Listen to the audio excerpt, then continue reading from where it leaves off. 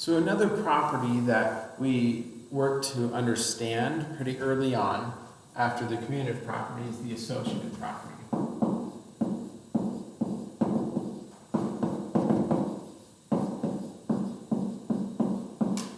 Now this one can be an introduction to parentheses early on for students as well. Yeah? Because this is that A plus B plus C equals A plus B plus C, right? So the order of grouping is not going to change the overall value. Now A, B, and C again can be complex aspects of this. So whether or not I'm grouping these two together and adding them first, or these two together, okay, that doesn't change my overall outcome for either of these, okay? The value is still going to be the same. Now again, like as we think about some of that decomposing numbers, why do we bother to do that? Why would I change the order that I'm adding stuff in? Because maybe B and C have more like terms that students would see and recognize, okay?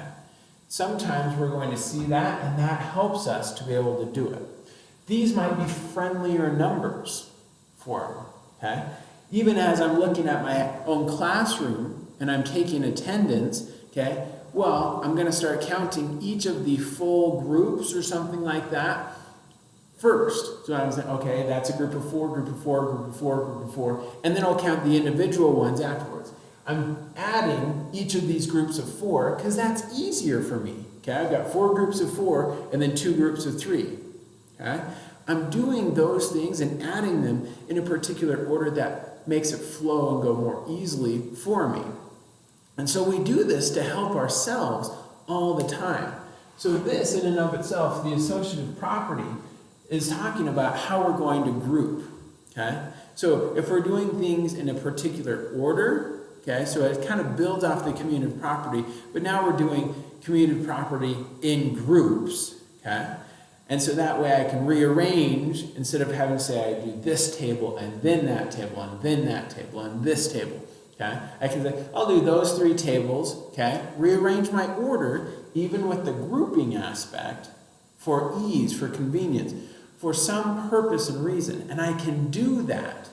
Okay? This is when I like rearrange my day and say, well, I can group these activities together. This activity has to be done before that activity. So we see how the commutative property is the necessary first step for understanding the associative property.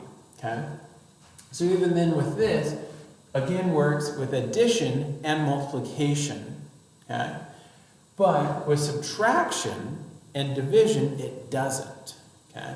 And it's a hard thing. As we talk a little bit more about number types, we'll see, like with negatives, how we can use negative as subtraction and those kinds of connections to be able to work around some of these and make sure that we can use the commutative property, the associative property, when we want to.